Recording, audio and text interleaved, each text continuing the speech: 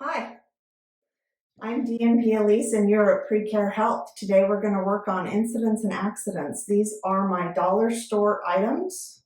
I was able to get some cotton type gloves. Now they wouldn't prevent the shears that cut, what they are called, hedging shears. Yeah, it's not going to protect you from them. You'd need like a leather or more heavy duty, but this is going to protect you from plants. So if you get a injection from a thorn, there's fungus that grows on certain plants that can actually give you an infection. So you don't want to get cuts and scrapes while you're gardening. So you're wearing these. If you're moving items, you want to wear these to protect your hands from cuts and scrapes. If you're working with anything with smoke or pesticides, any sort of spraying where you might get the mist inside, you'll want to wear this. And if you're working with any saws or where wood chips may be flying or tree branches, anything where you could have something either fly into your eye or scrape your eye, you're going to want to wear goggles. Not the most comfortable, and yes, my glasses are fogging up. You can try to get the nose more tightly fit to limit that. You may not need this part. You may just need the glasses and the gloves. You're going to have to kind of determine what's going on and what's the best for you. The reason to wear these sorts of things is because you don't want your gardening adventure to turn into an urgent care visit. So, oops, my bad. This is the person who was cutting the lime in their hand and they're going like this and they slip and they cut through their hand right here and they've come in because they need stitches. This is the person with the hedge clippers who wasn't wearing gloves and he has multiple lacerations except for they're too deep and now one's through a tendon. So he is headed to the emergency department because I can't sew up the tendon and I can't take responsibility for these multiple cuts into his hand at this time because I've got a backload of patients. So we want to try to stay out of both of these categories. In 2019, there were 800,000 visits for urgent care or primary care because of incidents and accidents. We don't have the numbers for 2022 and they'd be different because of COVID. But our latest numbers were 800 and I believe it was 860,000 people seen in urgent care related to accidents. These are mostly cuts and burns. For emergency care visits,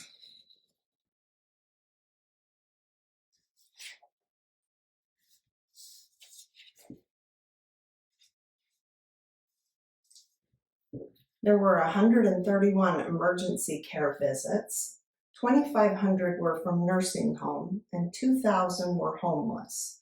So the rest of those numbers had housing. Interesting for the age breakdown, for 25 to 44 and 45 to 64, there were 37,000 and 32,000. They represented the biggest group of people that visited emergency room. For the 25 to 44-year-old range, females outnumbered men in their presentation, 21,000 to 16,000. So 5,000 more females in that age group needed emergency care than males did. In the 45 to 64 age group, these numbers were even. Both were 16,000. The number one death is poisoning. And this is considered overdose. Of overdose, opiates represented 80,000 of the 102,000 deaths, and heroin represented about 9,000 of those deaths. The next is motor vehicle accidents at 45,000, and unintentional falls at 44,600. So we talked about what we can do when we're gardening or when we're among pollutants to protect our eyes, but specifically for motor vehicle. You want to make sure you're wearing your seatbelt. You want to make sure that the child, based on their age, is properly restrained. Under 12 is to be in the back seat.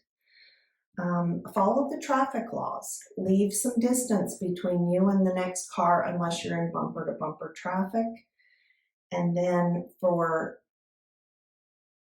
fires, specifically my dad always used to keep a hose running with water when we were doing our fireworks. And that was so that if anything caught on fire, he could immediately hose it down. That's one thing you can consider. Not smoking in bed is another. When you are lighting fireworks, don't hold them in your hand and light them. Set them at a distance, light them, and walk away. We talked about falls, securing rugs, clearing the pathways. Children have a really high rate of accidents up until the age of 44. Unintentional accidents is the #1 cause of death. So anything we can do, such as not drinking while we're driving, not driving with the kids in the car when we're drinking, make sure our teenagers aren't texting while driving, all these different little errors in judgment, thinking we're invincible, are what leads to the deaths. So really talking with your kids about the precautions. At age 44, it changes to cancer is the #1 cause of death, followed by heart disease. And then at age 64, it changes to heart disease and then cancer. Our death rates are rising for unintentional injuries. In 2018, we had 18,000 deaths. In 2019, we had 48,000 deaths due to unintentional injury. Firearm deaths accounted for 48,830 of the deaths in accidental. If you're going to own a gun, please practice gun safety. Thanks for joining me today. May you not be in the emergency department or the urgent care. May you always have good judgment and be safe.